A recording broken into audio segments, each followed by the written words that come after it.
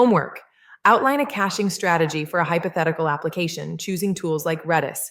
Questions? Comment. We'll reply. Thanks. Like, share, and subscribe. If you want, support us with a coffee on buymecoffee.com. Day 13 covers security and software architecture, including authentication and vulnerabilities. Outlining Day 13 in detail, security and architecture involves protecting data, resources, and operations from threats through layered defenses. We'll cover authentication to confirm user or service identities, authorization to enforce what they can do, and common vulnerabilities like injection or misconfigurations.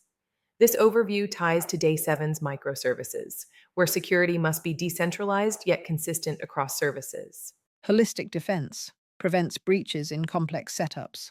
Why prioritize security and architecture? It prevents costly breaches leading to data loss, downtime, or reputational damage, ensures compliance with regulations like GDPR for privacy or PCI DSS for payments, builds user and partner trust through reliable protections, integrates with Day 8's APIs for secure endpoints and Day 9's events to safeguard messaging.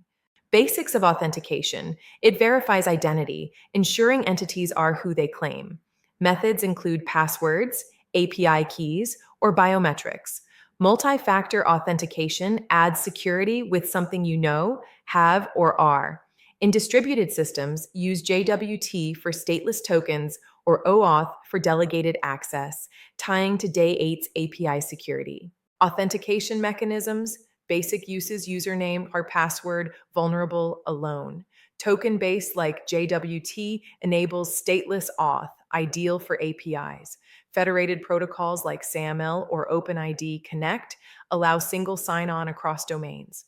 For service-to-service and microservices, mutual TLS provides certificate-based trust. Diving into authentication.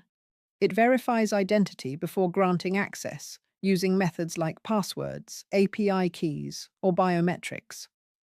Multi-factor authentication adds layers for stronger protection against credential theft. Federation enables single sign-on via standards like OAuth or OpenID Connect, simplifying user experiences across services while maintaining security. Authorization models. RBAC simplifies with roles granting permissions. ABAC allows dynamic decisions based on attributes like location or time. ACLs list allowed actions per resource. In Day 7 microservices, implement per-service checks or central policies for consistency. Common vulnerabilities from OWASP Top 10. Injection attacks like SQL insert malicious code. Broken authentication from weak sessions or credential stuffing. XSS injects scripts via unescaped input. Security misconfigurations expose defaults or unnecessary features. Additional vulnerabilities. Sensitive data exposure from lacking encryption. Broken access control allows unauthorized actions. CSRF tricks users into unwanted requests. SSRF exploits to access internal resources. Mitigating vulnerabilities. Validate and sanitize inputs to prevent injection. Enforce secure defaults with least privilege. Conduct regular audits, vulnerability scans, and penetration tests. Foster team education on secure coding. Security in microservices. Implement per-service authentication and authorization for isolation. Use API gateways for central enforcement. Manage secrets with tools like HashiCorp Vault. Adopt zero-trust networking for segmentation. Security best practices. Follow least privilege to minimize damage. Encrypt data at rest and in transit. Log and monitor for anomalies, tying to Day 18. Apply regular updates and patches promptly. Authentication best practices. Enforce strong passwords with salting and hashing. Mandate MFA for critical access. Rotate tokens periodically with refresh mechanisms. Implement rate limiting to thwart brute force attacks. Authorization best practices. Use fine-grained models like ABAC for dynamic needs. Maintain audit logs for access tracking. Grant just-in-time privileges to reduce exposure. Integrate with external identity providers for centralized management. Vulnerability scanning tools. OWASP Zap for dynamic app testing. SonarCube for static code analysis. Nessus for network vulnerability scans. Integrate into CI/CD pipelines for continuous checks. Security in distributed systems. Use MTLS for mutual authentication between services. Store secrets in external vaults. Apply rate limiting per service to prevent abuse. Deploy WAUF for filtering malicious traffic. Advanced best practices. Adopt zero trust, verifying every request. Integrate security in DevSecOps, shifting left in development. Prepare incident response plans. Automate compliance checks for regulations. Security pitfalls. Hard-coded secrets lead to exposure in code. Weak or outdated encryption fails against attacks. Over-permissive defaults allow unauthorized access. Ignoring updates leaves known vulnerabilities open. Recapping day 13, we covered security basics, from authentication methods to authorization models. Explored common vulnerabilities, mitigations, and best practices in distributed contexts. The key takeaway: embed security early in architecture to build resilient systems. Welcome to day 13 of the 50 Days Software Architecture class.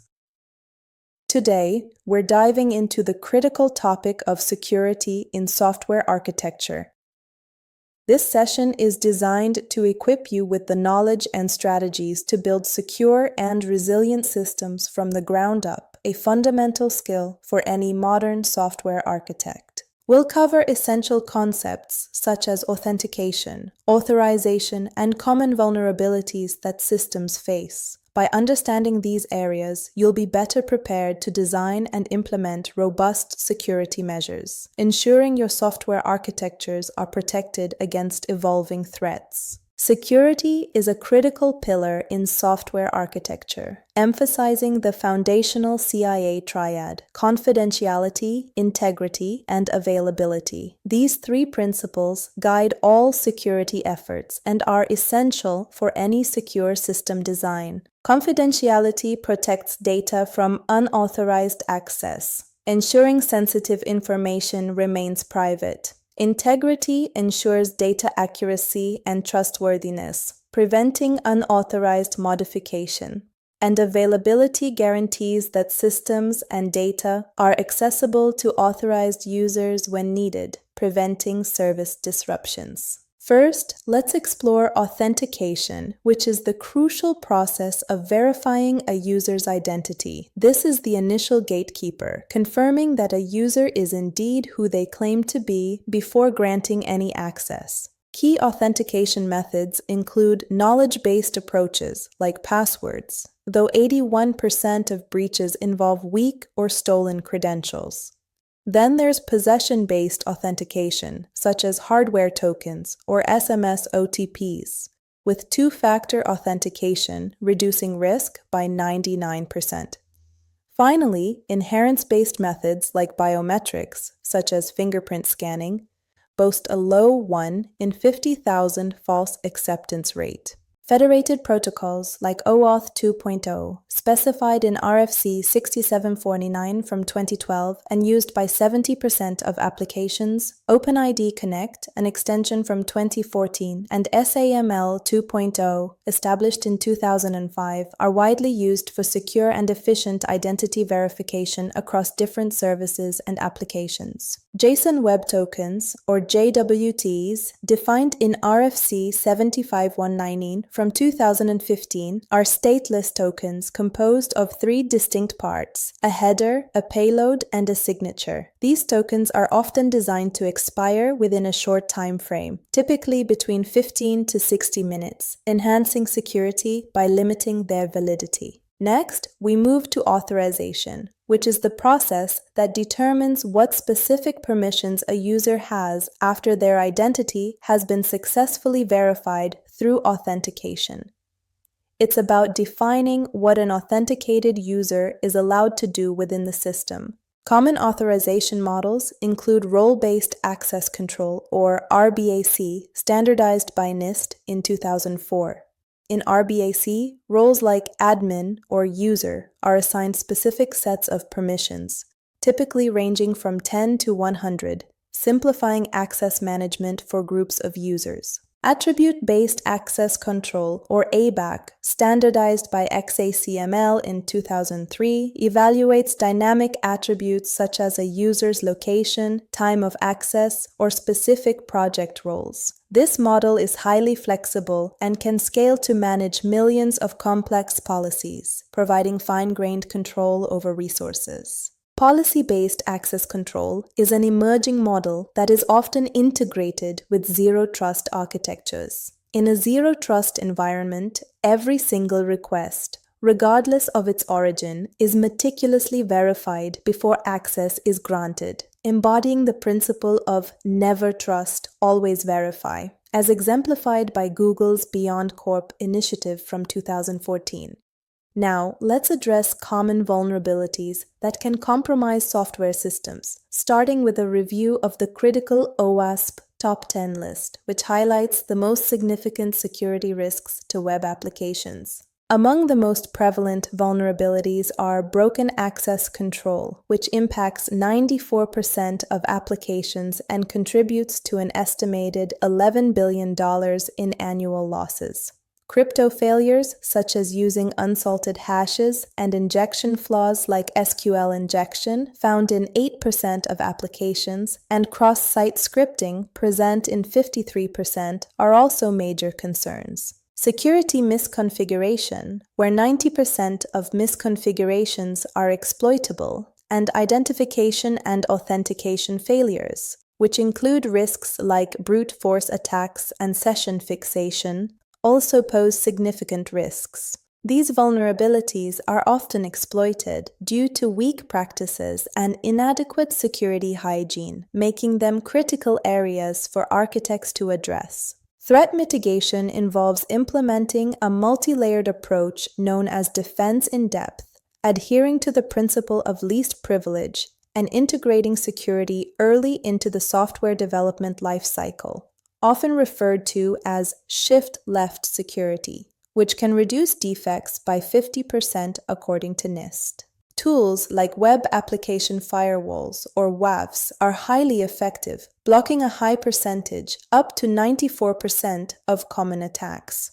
Additionally, secrets management solutions, such as HashiCorp Vault with over 1 million installs, are crucial for securely storing and managing sensitive data like API keys and database credentials. For microservices architectures, mutual TLS or MTLS ensures 100% encryption for all inter-service communication, providing robust security. Service meshes like Istio, which leverage Envoy proxies, offer comprehensive security controls, including traffic encryption, authentication, and authorization policies, enhancing the overall security posture of distributed systems. Implementing secure coding practices can significantly reduce vulnerabilities by as much as 60% according to OWASP, emphasizing a proactive defense strategy. This involves developers writing code with security in mind from the very beginning, rather than addressing issues reactively. This session builds on previous lessons,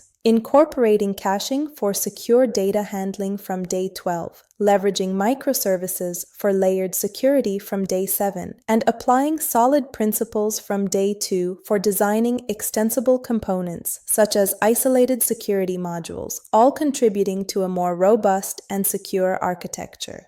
Thank you for joining us on day 13 of the 50 Days Software Architecture class.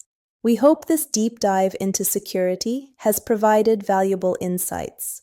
Stay tuned for more essential knowledge as we continue our journey through the fascinating world of software architecture. Day 14 covers encryption techniques and protocols like HTTPS and OAuth. Homework: review a project or app for authentication, authorization gaps, and vulnerabilities. Questions? Comment. We'll reply. Thanks. Like, share, and subscribe. If you want, you can support us on buymecoffee.com. Link is in the description.